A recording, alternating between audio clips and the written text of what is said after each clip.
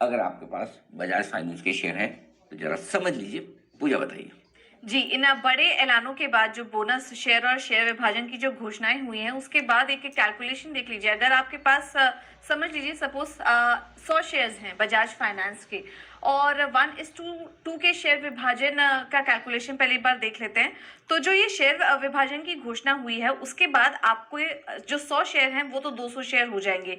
अब इसके ऊपर जो बोनस शेयर अनाउंस हुआ है 4:1 का, यानी कि 1 पर 4 के बोनस शेयर जो की घोषणा हुई है, उसके बाद जो आपके 200 शेयर्स हैं उसी पे इसका कैलकुलेशन होगा, तो वो जो 200 शेयर्स हैं वो 800 हो जाएंगे। तो कुल मिलाकर अगर किसी के पास 100 शेयर्स हैं बजाज फाइनेंस के, तो ये पूरा शेयर विभाजन और बोनस शेयर के पास उनके पास जो कुल शेयर पहुंच जाएंगे वो 1000 शेयर के पास पहुंच जाएंगे। और उसी के हिसाब से अगर हम प्राइस की कैलकुलेशन करें तो 8600 जो कि मौजूदा भाव है इस वक्त बजाज फाइनेंस का, तो वो जो शेयर है अब 860 का हो जाएगा। प्रति शेयर की वैल्यू जो है वो 860 की हो जाएगी। पहले एक शेयर 8600 का था, अब वो एक शेयर 860 का हो जाएगा और जो 100 शेयर्स हैं आपके वो बढ़कर 1000 शेयर हो जाएंगे। ये है पूरा कैलकुलेशन। हालांकि अब इसमें डिविडेंड की भी घोषणा की थी तो उसके भी आने वाले समय में कुछ एडजस्टमेंट लेंगे, लेकिन ये मोटा मोटा कैलकुलेशन यही है कि अगर आपके पास एक शेयर है बजाज फाइनेंस के तो उसकी जो वैल्यू है वो 860 की हो जाएगी बोनस शेयर और शेयर विभाजन की बात।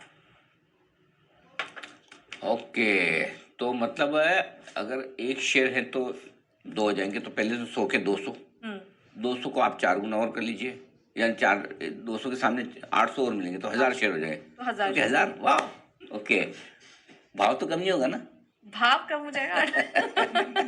फिर क्या भाव का फायदा? एडजस्टमेंट आ जाएगा फिर क्या फायदा है पूजा? भाव अगर कम हो जाए तो क्या फायदा फिर? तो भाव भी तो मैं यही दर्शकों को बताना चाहता हूँ कि देखिए, दो चीज़ें होती है जो समझने वाली बात है कि जनरली जब भी बोनस का शेयर आता है तो कई पहले एक ज़माना था जब बोनस का शेयर आता था, जब बोनस आया और उसके बाद सेम भाव जाया करता था, वो बहुत पुराने दिन के ज़माने की बात है। अब क्या होता है, बोनस आया मतलब आपके नंबर ऑफ शेयर डबल हो गए तो शेयर की कीमत आधी हो जाती है। स्टॉक स्प्लिट भी आया तो नंबर ऑफ शेयर बढ़ जाएंगे, उतनी कीमत घट जाएगी।